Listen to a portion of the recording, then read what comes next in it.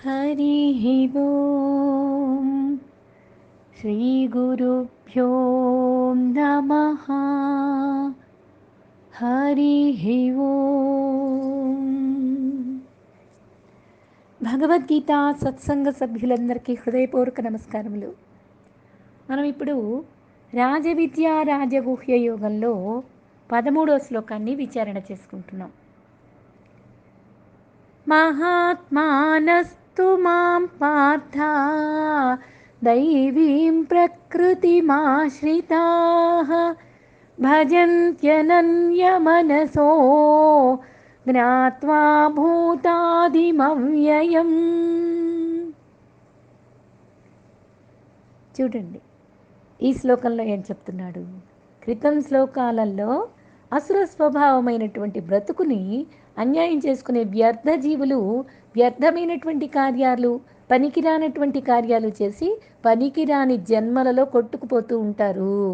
రజోగుణ స్వభావం ఎలా ఉంటుంది, తమోగుణ స్వభావం ఎలా ఉంటుంది, రెండింటిని చక్కగా మనకు విశదీకరించి చెప్పాడు. ఇప్పుడు సత్వగుణం గురించి, దైవీ ప్రకృతి గల వాళ్ళే సత్వగుణం కలిగినటువంటి వాళ్ళు, ఆ గుణం కలిగినటువంటి వాళ్ళ గురించి చెప్తున్నాడు భగవంతుడు. నువ్వెక్కడున్నావో విచారణ చేసుకోవడానికి మనకి ఒక్కొక్కటి తెలియజేస్తున్నాడు. దైవ స్వభావం కలిగినటువంటి వాళ్ళు మహాత్ములయ్యా అర్జున. సర్వభూతాలకు నేనే ఆది కారణమని వాళ్ళకి తెలుసు.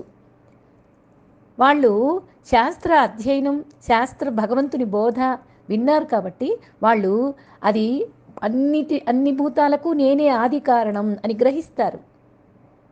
నేను నశించను అని వాళ్ళకి బాగా విశ్వాసం.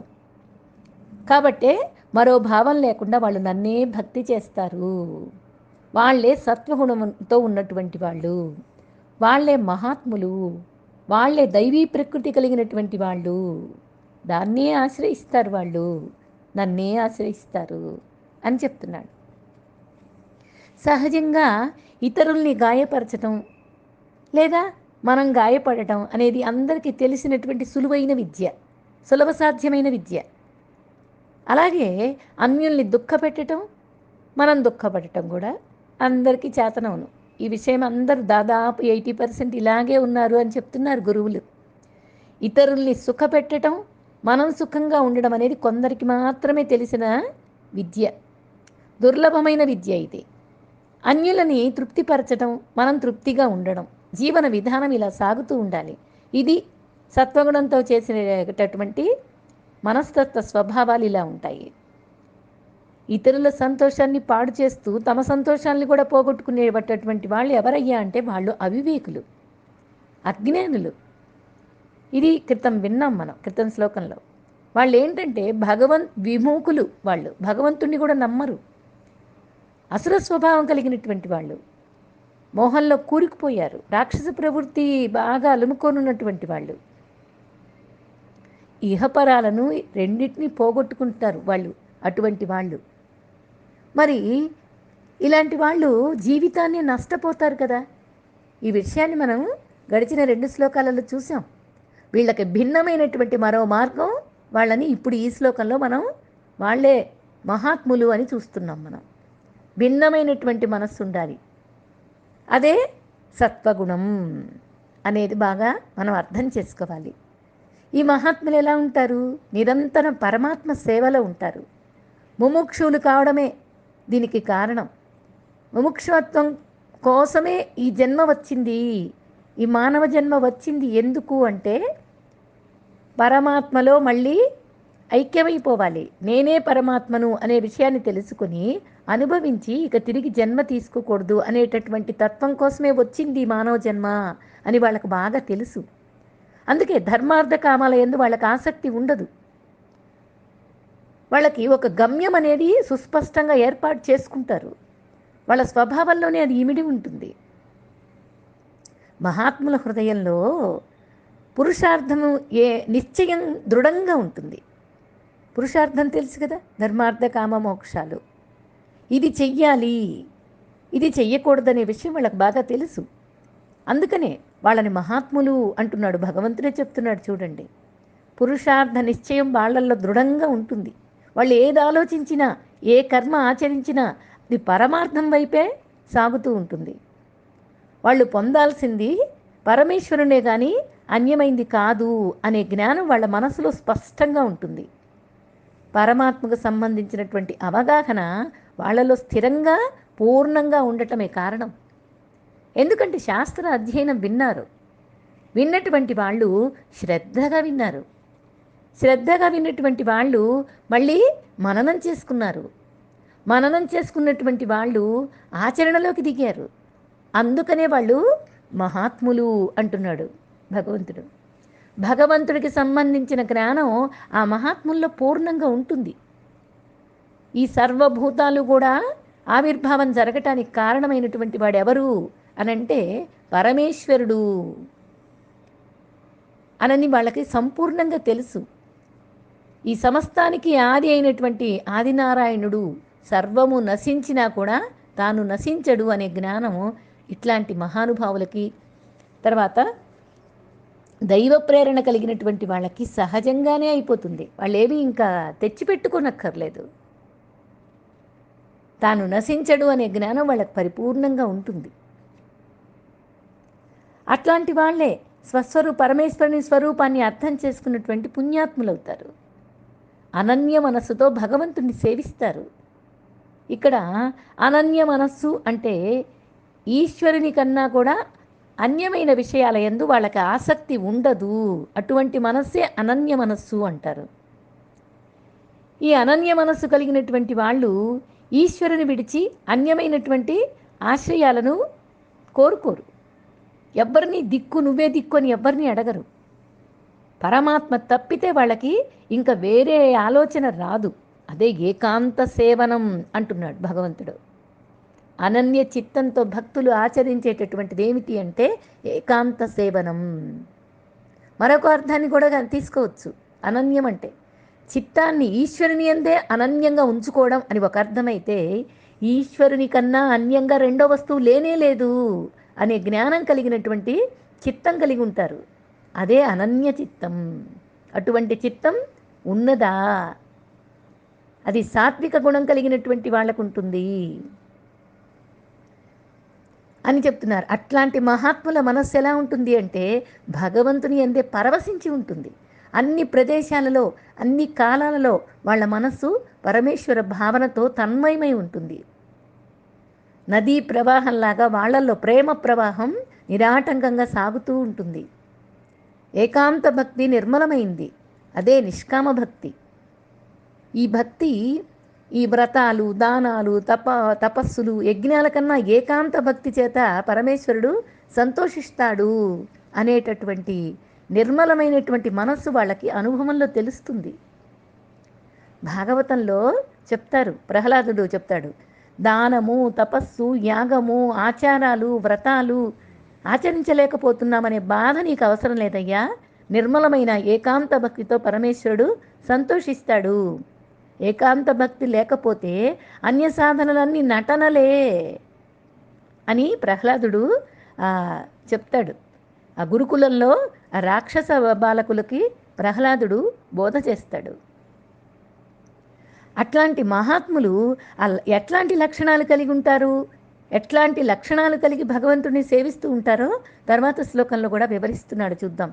సతతం కీర్తయంతో మాం యతంతశ్చ దృఢం వ్రతాః నమస్యంతశ్చ మాం భక్త్యా నిత్యయుక్తా ఉపాసతే. అది ఇక్కడ కూడా దాన్నే ఇంకా విశదంగా తెలియజేస్తున్నాడు. ఏకాంత భక్తులు సదా నన్నే కీర్తిస్తూ ఉంటారయ్యా. సతతం అన్నాడు. నా కోసమే వాళ్ళ సాధనలన్నీ, ప్రయత్నాలన్నీ సాగుతూ ఉంటాయి. భక్తితో నాకు నమస్కరిస్తూ ఉంటారు. నాయందే మనస్సు నిలిపి నన్నే సేవిస్తూ ఉంటారు. అటువంటి భావనలు పరిపూర్ణమైనటువంటి భక్తి అనిపించుకుంటుంది. అనుభవంతో ఉన్నటువంటి గురువులు చెప్పేటటువంటి బోధ ఇలాగే ఉంటుంది. పరమేశ్వరుణ్ణి ఆశ్రయించుకొని దైవీ సంపత్తితో సేవించేటటువంటి వాళ్ళు భగవంతుణ్ణి ఎలా ఆరాధిస్తారో 2 శ్లోకాలలో చెప్తున్నాడు భగవంతుడు. నిద్ర లేచింది మొదలు మరలా నిద్ర వచ్చే వరకు అలాగే తన జీవితకాలం ముగిసే వరకు కూడా, చివరి శ్వాస వదిలే వరకు కూడా వేదాంత చింతనలోనే వాళ్ళు కాలాన్ని క్షేమంగా ఉంచుకుంటారు. అది లోపల వాళ్ళకి సహజమైపోయింది. ఆ స్మృతిలో పెట్టుకున్నారు. మనస్సులో ఉంచుకొని తదనుగుణంగా వాళ్ళు జీవన విధానం సాగిస్తారు. అటువంటి వాడు ఎలా చేస్తాడు అంటే కీర్తనా భక్తుడు అంటున్నారు. నన్నే కీర్తిస్తూ ఉంటాడు. భగవంతుడు ఏమిటో తెలియకుండా భగవంతుడిని ఎలా కీర్తించాలి చెప్పండి? ఎలా స్తుతించాలి అసలు? భగవంతుడు అర్థమైతే అప్పుడు ఆ కీర్తనలో జీవం ఉంటుంది, అనుభవం ఉంటుంది. అర్థం కాకపోతే ఎంత కీర్తించినా అది కీర్తన అనిపించుకోదు. అర్థమైతే కీర్తించడం అనేది జ్ఞానమే అవుతుంది. జ్ఞానం ఉంటేనే భక్తి నిలుస్తుంది. అందరికీ ఇది తెలుస్తుంది. అయితే అనుభవం ఉందా లేదా అనేది ఎవరికి వాళ్ళు విచారణ చేసుకోవడమే. ఎవరికి వాళ్ళకు సహజంగా అయిపోయిందా, కనీసం తెచ్చి పెట్టుకుంటున్నామా ఆ కాసేపైనా? వీళ్ళకి సహజమైపోయింది. ఇటువంటి భక్తులు సతతం కీర్తయంతో మాం, అటువంటి ఎప్పుడు అదే ధ్యాసలో ఉంటారు. ఎవరి శ్వాస వదిలేదాకా అని చెప్పేశాడు భగవంతుడు. భక్తి అంటే ఏమిటి? ప్రేమ. అవగాహన లేకుండా ప్రేమించడం సాధ్యమవుతుందా? అవగాహన జ్ఞానము ఉంటే కదా ప్రేమ చిగురిస్తుంది, ఆ ఫలితము లభిస్తుంది. పరమేశ్వరుడు ఎవరు? సర్వజ్ఞుడు, సర్వశక్తిమంతుడు, సర్వవ్యాపి. సృష్టి కార్యానికి తానే అధిష్టానం అని చెప్పాడు కదా మనకి. ఆయన అధ్యక్షతలోనే సమస్తము నడుస్తుంది అనే విషయాన్ని ఎప్పుడూ వాళ్ళు మననం చేస్తూ ఉంటారు. ఏది చూసినా, ఏ కర్మ చేస్తున్నా అది వాళ్ళు తెచ్చిపెట్టుకోకుండానే సహజంగా భగవంతుణ్ణే స్మరణ చేస్తూ ఉంటారు. సాక్షిగా ఉంటాడు, విలక్షణంగా ఉంటాడు, సర్వానికి విలక్షణంగా ఉంటాడు, అన్నిటినీ సాక్షిగా ఉంటాడు. ఇదంతా ఆయన వైభవం. అనే కర్మలన్నీ కూడా ఆయన ప్రభావంతోనే జరుగుతున్నాయి. నేను మాత్రం అకర్తని, అభోక్తని. ఇదంతా ఈశ్వర జ్ఞానం. ఇటువంటి భావనలో ఉంటాడు. ఈ జ్ఞానం లేకపోతే విశ్వాసం ఏర్పడదు. ఈ జ్ఞానం అనేది ముందు బాగా శ్రవణం చెయ్యాలి, దాన్ని మననం చెయ్యాలి, దాన్ని లోపల మనం దాచుకోవాలి, సహజమైపోవాలి, దాన్నే ఆచరణలో పెట్టుకోవటం అనేది జరగాలి. అది లేదనుకోండి విశ్వాసం ఏర్పడదు, శ్రద్ధ నిలవదు. శ్రద్ధ లేకుండా ఈశ్వర సంబంధం కుదురుతుందా? అసలే కుదరదు. ఈశ్వర సంబంధం లేకుండా భక్తి ఉంటుందా? అసలు ఉండనే ఉండదు. అందువల్లనే కీర్తన అంటే వేదాంత శ్రవణం అని కూడా చెప్తారు. శ్రవణ సాధనే కీర్తనం. పరమేశ్వరుడికి సంబంధించినటువంటి జ్ఞానం కలిగినటువంటి వాళ్ళు పరమేశ్వరుని పొందే ప్రయత్నం చేయకుండా ఉండలేరు. అది వాళ్ళకి సహజమైపోతుంది. వేదాంత శ్రవణం వేదాంత శ్రవణ సాధన ఆచరిస్తున్నటువంటి వాళ్ళు ఇంద్రియాల్ని నియమించుతారు. శమదమాది షట్క సంపత్తి సాధనలన్నీ కూడా ఆచరణ చేస్తారు. ఈ శమము, దమ, దయ, అహింస ఈ ధర్మాలన్నీ కూడా ఆచరిస్తూ దృఢమైనటువంటి బ్రహ్మచర్య వ్రతాన్ని ఆచరిస్తూ ఉంటారు వాళ్ళు. అందుకే ఈ శ్లోకాలు సత్వగుణం మహాత్మానస్తు మాం పార్థ, వీళ్ళకే మహాత్ములంటే అని కూడా చెప్తున్నాడు. ఈ కీర్తన భక్తి వల్ల ఏర్పడినటువంటి జ్ఞానం ఏమవుతుంది అంటే ఈ నిత్య విషయానికి సంబంధించింది. ఇది అంటే ఎప్పుడు నిత్య సత్య వస్తువుకు సంబంధించింది ఈ కీర్తన అనేది. కాబట్టి మనస్సుని అనిత్యాల వెంట మనస్సుని పంపించడు ఈ సాధకుడు. ప్రారంభంలో అందరూ కూడా ఒక దృఢమైనటువంటి భక్తి వైరాగ్యాలను కలిగి ఉంటారు. సత్సంగం వింటున్నప్పుడు, సత్సంగంలో ఉన్నప్పుడు, లేదా కొంతకాలము అబ్బో చాలా బాగుంది, ఈ ప్రపంచం అనేది రోత పుట్టిస్తుంది అని వైరాగ్య భావాల్ని తెచ్చిపెట్టుకుంటారు. మంచిదే, ముందు తెచ్చిపెట్టుకోవాలి, తర్వాతనే అవి సహజమైపోవాలి. కానీ ఈ కాలంలో క్రమేపీ ఆ దృఢత్వం తగ్గిపోతూ ఉంటుంది. అలా జరగకుండా ఉండాలి అనుకుంటే నీకు శ్రవణ సాధన తప్పనిసరిగా చేసే తీరాలి. ఈ జ్ఞానం దృఢంగా ఉన్నప్పుడే సాధనలు కూడా దృఢంగా సాగుతుంటాయి. ఈ శ్రవణ జ్ఞానం లేకపోతే మనల్ని నిరుత్సాహపరుస్తుంది. ఈ ప్రపంచ విషయాలు తీసుకొచ్చి లోపల జొప్పించేస్తాయి. ఈశ్వర జ్ఞానం తగ్గిపోతుంది. ఎంత తెచ్చిపెట్టుకున్నా వైరాగ్యం కాసేపే ఉంటుంది. అందుకనే దృఢంగా సాగాలి. దృఢంగా ఉంటే తప్పితే ఈ శ్రవణం అనేది లేకపోతే మనకి జారిపోతుంది ఈశ్వర జ్ఞానం. అప్పుడే ఈశ్వర జ్ఞానం స్థిరంగా కూడా ఉంటుంది శ్రవణం అనేది ఉంటే. ఈ సాధనలు దృఢతరమైతే పరమేశ్వరుడి కల్లా నేను అన్యంగా లేను, నేను పరమేశ్వరుడు ఒక్కటే అనే భావన నిలుస్తుంది. లేకపోతే అన్యంగా ఉన్నాను అనే భావన క్షీణించిపోతుంది. అందుకనే అటువంటి భగవంతుడికి నమస్కారం చేస్తున్నాను అంటున్నాడు. ఈశ్వరుడు సర్వుడు, సర్వజ్ఞుడు. ఆయన జ్ఞానానికి ఏది దూరంగా లేదు, ఏది దూరంగా పోలేదు. సమస్తము సర్వదా ఆయన చూపుల్లోనే సాగుతుంది. ఆయన పూర్ణుడు, ఆయన శక్తి పూర్ణం, ఆయన జ్ఞానం పరిపూర్ణం, ఆయనది పూర్ణ వైభవం. కేవలం పూర్ణుడే కాదండి, తనన్ని ఆశ్రయించటానికి వచ్చిన భక్తుల్ని కూడా పూర్ణస్వరూపులుగా మార్చేస్తాడు. పరమేశ్వరుడు పూర్ణుడు అనేది అర్థమైతే ఇంక నేనెక్కడున్నాను? నాది అనేది ఏమైనా వేరుగా ఉందా? అంతా పూర్ణంలోనే కదా ఉంది. పూర్ణ పురుషుడైనటువంటి పరమేశ్వరుడిలోనే కదా ఉంది. నాదంటూ ఇంకేదీ లేదు. ఈ సత్య అవగాహనతోనే హృదయంలో ఆత్మస్వరూపంగా భాసిస్తున్నటువంటి ఆ పరమేశ్వరునికి వందనం అంటూ నిత్యం భక్తితోటి మహాత్ములు సేవిస్తూ ఉంటారు. ఇదే సాధన అంటే. ఏదో కాసేపు తెచ్చిపెట్టుకోవటం కాదు, విన్నప్పుడు ఉండడం కాదు, ఎల్లప్పుడూ అన్ని సతతం అన్నాడు. అందరిలో అంతటా అన్ని వేళలా అది సహజమైపోవాలి. అటువంటి మహానుభావుల్నే మహాత్ములు అంటున్నాడు. ఈ సంసారం అనేది ఉంది చూశారు, ఇది మనల్ని భయపెడుతూ ఉంటుంది. ఈ సంసార భయాన్ని నశింపచేసేటటువంటి ఏకైక ఔషధం ఏమిటి అంటే ముకుందమాల రాశారు కులశేఖర ఆళ్వార్లు. ఆ గ్రంథంలో అద్భుతమైనటువంటి స్తోత్రం అది, ఒక గ్రంథం అది. అది విన్న వాళ్ళకే, అది తెలిసిన వాళ్ళకి బాగా అర్థమవుతుంది. సంసార భయాన్ని రోతగుట్టిస్తుంది ఆ స్తోత్రం.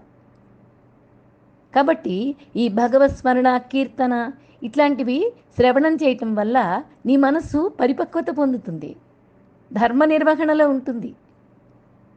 ఈ సూర్యుడి యొక్క తేజస్సు చీకట్లను పోగొట్టింది ఏ విధంగా అయితే పోగొడుతుందో, వాయువు శక్తివంతంగా గాలి వీచి మేఘాలన్నింటినీ దూరం చేస్తుందో, అట్లాగే నీ మనస్సును భగవన్నామ సంకీర్తనం సమస్త దుఃఖాల్ని కూడా నశింపచేస్తుంది. గుర్తుపెట్టుకోమంటున్నాడు. కలవు కేశవ కీర్తనాత్, కలియుగంలో నామ సంకీర్తనం ఉత్తమమైన సాధన అని చెప్పారు. అంతఃకరణ శుద్ధిని కలిగిస్తుంది, జ్ఞానాన్ని బాగా లోపల నింపేస్తుంది. ముముక్షత్వాన్ని సిద్ధం చేయడంలో ఈ నామ సాధన చాలా ఉత్కృష్టమైంది. ఉత్తమ ఫలితాల్ని కూడా మనకి అందిస్తుంది. మన అనుభవంలో మనకు తెలుసు. భగవన్నామం, భగవంతుడి స్తోత్రం, కీర్తన ఎంత అద్భుతంగా మనస్సునికి శాంతపరుస్తుందో. ఇంకా దాన్నే ఇంకా గొప్పగా చెప్తున్నాడు చూడండి. నదులన్నీ సముద్రం వైపే పయనిస్తుంటే, ముముక్షువులందరూ భగవంతుని వైపు ప్రయాణం సాగిస్తూ ఉంటే, అలా సాగిస్తూ ఉంటారు. నదులు ఎట్లా అయితే ఎట్లా పోయినాయో అట్లాగే వీళ్ళ జీవన విధానం కూడా భగవంతుని వైపే సాగిపోతూ ఉంటుంది. కాకపోతే వివిధమైన రీతుల్లో సాగుతూ ఉంటుంది. ఒక్కొక్కళ్ళు ఒక్కొక్క స్వభావాన్ని కలిగి ఉంటారు. వాటిని కూడా ఈ శ్లోకంలో చెప్తున్నాడు. 15వ శ్లోకంలో చూద్దాం. జ్ఞాన యజ్ఞేన చాప్యన్యే యజంతో మాముపాసతే ఏకత్వేన పృథక్త్వేన బహుధా విశ్వతో ముఖం. చూడండి, ఇదొక అద్భుతమైన శ్లోకం. మనకు బాగా విచారణకి చేసుకోవటానికి మన మనసు ఎలా పనిచేస్తుంది అనేది మనకు బాగా అర్థమవటానికి తెలుస్తుంది. ఇప్పుడు కొందరు జ్ఞాన యజ్ఞంతో సేవన చేస్తారు, కొందరు ఏకరూపంగా చేస్తారు, కొందరు భిన్న భిన్న రూపాల్ని పూజిస్తారు, మరి కొందరు అనేక రూపుడిగా ఆరాధిస్తారు. ఈ సర్వరూపుడని నన్ను ఉపాసిస్తూ ఉంటారు కొందరు. అందరూ ఒక్కొక్కళ్ళు జ్ఞానయజ్ఞం చేత సేవిస్తారు, బాగానే ఉంది. కానీ ఏకరూపంగా కొందరు, భిన్న రూపంగా కొందరు, అనేక రూపుడిగా కొందరు, సర్వరూపుడుని నేనే అని కొందరు, ఇట్లాగా విశ్వతోముఖం అన్నాడు కదా, అట్లా ఉపాసిస్తూ ఉంటారు అని చెప్తున్నాడు. 11, 12 శ్లోకాలలో ఆసురీ ప్రకృతి కలిగినటువంటి వాళ్ళ గురించి చెప్పాడు. భగవంతుడి విముఖులుగా ఉండేటటువంటి వాళ్ళ గురించి తెలుసుకున్నాం. వాళ్ళకి భిన్నంగా దైవీ ప్రకృతితో శోభించేటటువంటి మహాత్ముల గురించి 13, 14 శ్లోకాలలో భగవంతుడు బోధ చేశాడు. ఇక్కడ ఇప్పుడేం చెప్తున్నాడు? ఎవరెవరు ఎట్లాగా ఆరాధన చేస్తారు? విశ్వరూపుడని నన్ను జ్ఞానయజ్ఞం చేత కొంతమంది, భిన్న రూపాలుగా కొంతమంది ఆరాధన చేస్తూ ఉంటారు, అనేక విధాలుగా, బహుదా అంటున్నాడు. ఇది ఎట్లాగో తెలుసుకుందాం. ఈశ్వర విషయమైనటువంటి జ్ఞానమే ఇక్కడ యజ్ఞము అంటే. అది బాగా గుర్తుపెట్టుకోవాలి. అదే జ్ఞానయజ్ఞం. ఈ జ్ఞానం ఇప్పుడు మనం చేసేది జ్ఞానయజ్ఞం. జ్ఞానమే యజ్ఞం అని అర్థం. ఇంకంతే. జ్ఞాన సాధనే యజ్ఞం. ఈ జ్ఞాన యజ్ఞాన్ని ఆచరించేటటువంటి మహాత్ములకి ఈ జ్ఞాన విషయం భగవంతుడే కానీ ఇంకొకటి కాదు అని వాళ్ళు బాగా నమ్ముతారు. జ్ఞానం అంటే ఏంటి? తెలియడం. ఏమిటి తెలియడం? నేను పరమాత్మని అని తెలియడం, అంతే. ఇంకో విధమైనటువంటి అర్థమే లేదు అసలు. ఉన్నది మొత్తం పరమాత్మే అని తెలియడం. వాళ్ళు ఆరాధించేటటువంటి పరమేశ్వరుడికి సంబంధించినటువంటి తాత్విక అవగాహనతో పరమేశ్వరుని ఉపాసన చేస్తారు. వాళ్ళది జ్ఞానయజ్ఞం అవుతుంది. వీళ్ళల్లో మొదటి వాళ్ళు అభేద జ్ఞానంతో ఆరాధిస్తారు. ఈ ఆత్మే బ్రహ్మము, నేనే బ్రహ్మము అనే అభేద జ్ఞానంతో వీళ్ళు భగవంతుణ్ణి ఆరాధిస్తారు. హే భగవాన్ పరమేశ్వర, నీవే నేను, నేనే నీవు అనే అభేద దృష్టితో వాళ్ళు అటువంటి జ్ఞానంతో ఆరాధన చేస్తూ ఉంటారు. మరి ఇంకా కొందరు గురించి చెప్పాడు కదా, వాళ్ళు ఎట్లా ఉంటారంట? వాళ్ళు వేరు వేరు భావాలతో ఉపాసన చేస్తారు. అంటే ఒక రూపాన్ని, ఒక నామాన్ని పెట్టుకుంటారు. మిగతా వాళ్ళందరూ దేవుళ్ళు కాదు. నేను ఆరాధించే దేవతే దేవత, ఇంకా వేరే వాళ్ళు దేవతలు కాదు. భేద దృష్టి అన్నమాట. భేదంతో ఉపాసిస్తారు. అంటే వాళ్ళకేంటంటే లోపల ఒక రూపాన్ని, ఒక నామాన్ని పెట్టుకుంటారు. అదే భగవంతుడు అనుకుంటారు. ఇంకా ఎవరిని కూడా భగవంతుడు అంటే ఒప్పుకోరు. ఇది భేద దృష్టి అంటే. ఈ భేద దృష్టితో ఉంటారు. అంటే ఇక్కడ మనకి ఒక చిన్న ఎగ్జాంపుల్ చెప్తారు. ఒక భక్తుడు ఉండేవాడు. ఆయన విష్ణు భక్తుడు. విష్ణు అంటే ఇంకేం లేదండి. ఎంత భక్తి అంటే అంత భక్తి. కోరికలతో కూడిన భక్తి కాదు. మళ్ళీ ఆ విష్ణువుని చూస్తే తన్మయత్వం పొందుతాడు. లేదు, ఎవరిలో అయినా సరే విష్ణువునే చూస్తాడు. దాన్ని జ్ఞానమనాలో ఇంకేమనాలో తెలియదు. అటువంటి భక్తి. అట్లాంటప్పుడు విష్ణుమూర్తి, పరమేశ్వరుడు ఇద్దరూ కూడా ఇంత భక్తి ఉంది. అలాంటిది జ్ఞానంతో కూడిన భక్తి అయితే ఇంకా ఎంత బాగుండేది. భేదం, నామంలో రూపంలో భేదాలు చూస్తున్నాడు. అటువంటి మూర్ఖత్వాన్ని, అజ్ఞానాన్ని పోగొట్టాలి అని చెప్పేసి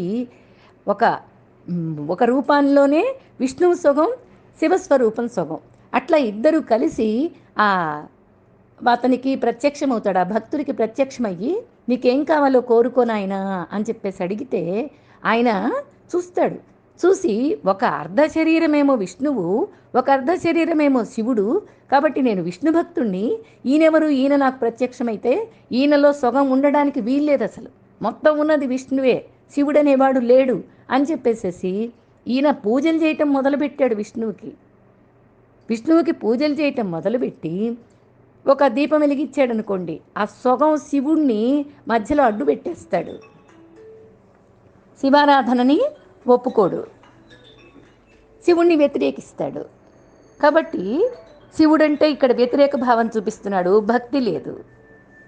విష్ణువు అంటే భక్తి. అందుకే అలాగే సాంబ్రాణి కట్టి వెలిగిస్తాడు, అలాగే దీపం వెలిగిస్తాడు, అలాగే పూజ చేస్తాడు. ఎన్ని చేసినా సరే శివుణ్ణి మాత్రం మూసేస్తాడు, ముక్కు మూసేస్తాడు. సాంబ్రాణి కడ్డీలు తిప్పుతాడు, ముక్కు మూసేస్తాడు. దీపం వెలిగిస్తాడు, ఆయనకు మధ్యలో చెయ్యడ్డు పెట్టేస్తాడు. నైవేద్యం పెడతాడు, ఆయనకు మధ్యలో గోడ కట్టేసినట్టు వేరే ఏదో ఒక వస్తువు పెట్టేసేసి శివుణ్ణి దూరం చేస్తాడు. ఇంకా బాగా వీళ్ళకి ఏంటంటే భగవంతుడికి అయ్యో వీడికి జ్ఞానం రావట్లేదే, భక్తి ఉంది అనే ఉద్దేశంతో శివ శివ శివ అని శివభక్తులందరూ అరుస్తూ ఉంటారు. అరుస్తూ ఉంటే చెవులకి గంటలు కట్టుకుంటాడు. ఈ శివ అనే పేరు నేను వినలేను, విష్ణు అనే పేరే వినగలను అని చెప్పేసి చెవులకి గంటలు కట్టుకుంటాడు. గంటలు కట్టుకొని ఆ తిరుగుతూ ఉంటాడు. శివనామం వినిపిస్తే చాలు గంటలు మోగేటట్లుగా పెట్టుకుంటాడు. అందుకని ఆయన్ని ఘంటాకర్ణుడు అని పిలిచేవాళ్ళు. కర్ణానికి గంటలు పెట్టుకున్నాడు, కర్ణం అంటే చెవు కదా, చెవులకి గంటలు పెట్టుకున్నాడని ఘంటాకర్ణుడు అని పిలిచారు. అప్పుడు భగవంతుడు కూడా వీడి స్వభావం మారేదాకా మనం ఏమీ చెయ్యలేము అని భగవంతుడు కూడా తప్పుకున్నాడు. విష్ణువు శివ రూపంతో వచ్చినటువంటి భగవతత్వం కూడా పక్కకు తప్పుకుందని. నీ స్వభావంలో మార్పు రావాలి, భగవంతుడు అనేక విధాలుగా నీకు ఇలాంటి బోధ చేస్తూ ఉన్నాడు. కాబట్టి ఉన్నది ఏకరూపమని నమ్మే భేద దృష్టి పోవాలి, అభేద దృష్టి రావాలి. అందుకని అటువంటి భావాలు వద్దు అని ఇక్కడ చెప్తున్నాడు. ఇంకా కొందరు ఎట్లా ఆరాధిస్తారు? అనేక ముఖాలతో అన్ని వైపులా అనేక విధాలుగా ఉన్నాడు అనే జ్ఞానంతో భగవంతుని విశ్వరూపుడిగా ఉపాసిస్తారు. ఏ వస్తువైనా ఏ రూపమైనా వాళ్ళకది విశ్వరూపుని ముఖమే అనే భావన కలుగుతుంది. మొదటి వాళ్ళదేమో అభేద దృష్టి, తరువాత మనం చెప్పుకున్న వాళ్ళందరిది భేద దృష్టే. అందరిలో జ్ఞానమే ఉన్నా సరే మొదటి వాళ్ళకి ఉన్నది ఏకత్వానికి సంబంధించినటువంటి జ్ఞానం, అందుకనే వాళ్ళది అభేద జ్ఞానం. ఈ భేద జ్ఞానంతో ఉపాసన చేసే వాళ్ళకి భక్తి ప్రధానంగా ఉంటుంది, కానీ ఉపాసన వైభవాన్ని తెలిసినటువంటి వాళ్ళు భక్తి జ్ఞానాల మధ్య భేదాన్ని చూడరు. వీళ్ళు భేదాన్ని చూస్తున్నారు అంటే వీళ్ళకి సరిగ్గా జ్ఞానం లేదు. అందుకని మనం అర్థం చేసుకోవాలి, జ్ఞానం తప్ప వేరే దిక్కు లేదు అనే విషయం బాగా. ఎందుకంటే జన్మలలో పడిపోతాం. భక్తి అభేదం వైపుకు నడిపిస్తుంది. ఇక జ్ఞానం అంటారా, భేదాన్ని నిరసింపజేస్తుంది, నిరాకరిస్తుంది. భేదం అనేది ఒప్పుకోదు జ్ఞాన దృష్టి. అందుకే ఇక్కడ చూడండి ఎట్లా ఉండాలి అనని రామకృష్ణ పరమహంస ఒకరోజు వివేకానంద స్వామిని పిలిచి, నీకు ఏ విధమైన అనుభూతి కావాలి? బహుదా విశ్వతోముఖం, ఎన్నో రూపాల్లో విశ్వతోముఖం విరాట్ రూపం దాల్చి ఉంటుంది అని చెప్పారు కదా. అప్పుడు రామకృష్ణ పరమహంస పిలిచి అడిగాడు, కప్పు నిండా ఒక తేనె ఉందనుకో, నువ్వు కప్పులో మునిగిపోయి మాధుర్యాన్ని ఆస్వాదించడానికి ఇష్టపడతావా, లేక కప్పు అంచు మీద కూర్చొని మాధుర్యాన్ని ఆస్వాదించడానికి ఇష్టపడతావా అని అడిగాడు. నేను పక్క నుంచి తాగడానికే ఇష్టపడతాను అన్నప్పుడు అని చెప్పాడు వివేకానందుడు. అప్పుడు రామకృష్ణ పరమహంస ఎందుకని, పూర్తిగా ఎందుకు మునగవు? పరిపూర్ణుడిగా అవ్వాలంటే లోపలికి మునగాలి కదా, పక్క నుండి తాగుతూ ఉంటే మళ్ళీ నువ్వు బాహ్యంలోకి వస్తావు కదా అని అడిగాడు. అప్పుడు వివేకానందుడు చెప్తాడు, ఏమని చెప్తాడు, నేను పక్క నుంచి గనక ఉన్నట్లయితే పూర్తిగా మునిగితే అక్కడ నేను ఉండను కదా, ఇంకా తేనెలో మునిగిపోతే పూర్తిగా లయమైపోతానుగా, నేను అనేది కలిసిపోతుందిగా. అందుకని నువ్వేం చేస్తావు అని కదా స్వామి మీరు అడిగింది. అందుకని నేను పక్క నుంచే స్వీకరిస్తాను, తాగడానికి ఇష్టపడతాను ఆ తేనెని అని చెప్పాడు. శ్రీరామకృష్ణుడు అది మామూలు మాధుర్యం కాదు, అది సచ్చిదానంద మాధుర్యం, అందులో ఆనందమయులు అవుతారే కానీ మునిగిపోరు అని చెప్పారు. అంటే వివేకానందుడికి సరైన అవగాహన లేదు, ఇంకా రాలేదు. పక్క నుంచి అనుభవించటం అనేది పక్కన పెట్టేసి దానిలో మునిగిపోయినప్పుడు ఇంకా అనుభవించేది వేరుగా ఉండదు, ఆనందమయులుగా అయిపోతారు. అందుకని తత్వమసి అహం బ్రహ్మాస్మి అని చెప్పారు కదా అని చెప్పి ఆయన వివేకానంద స్వామికి చెప్తారు. ఈ జ్ఞానంలో శివోహం, శివుడే నేను అంటారు. భక్తులు ఏమంటారు, దాసుణ్ణి అంటారు. లేకపోతే శివుడి బిడ్డగా ఉంటాను, శివుడి ప్రేమ పొందడానికి ఇష్టం కలిగి ఉంటాను అంటారు. విశ్వతోముఖం, నేను ఎన్నో రూపాల్లో ఉన్నాను కాబట్టి ఏ విధమైన ఆరాధనైనా నన్నే చేరుకుంటుంది అని 5వ అధ్యాయంలోనే మనకి భగవంతుడు తెలియచేశాడు. నువ్వెట్లయినా ఆరాధించు, ఏ రూపాన్నైనా ఆరాధించు, అవి అందులో ఉన్నది నేనే అనే విషయం జ్ఞానం నీకు కలిగితే ఇంక జన్మలు లేకుండా ఉంటుంది. లేదు అంటే జన్మల్లో పడిపోతావు, అంతే తేడా. అంతటా ఉన్నది నేనే, నువ్వు దేన్ని ఆరాధించినా నాకే చెందేది అనే విషయాన్ని గుర్తు చేసుకొని అటువంటి మహాత్మానస్తు మాం పార్థ అని మహాత్మునిగా ఉండిపో అని చెప్పి భగవంతుని అద్భుతమైన బోధ ఈ 3 శ్లోకాలలో చేశారు. మనం అనుభవించి తరించిపోదాం. హరి ఓం. శ్రీ గురుభ్యో నమః. హరి ఓం.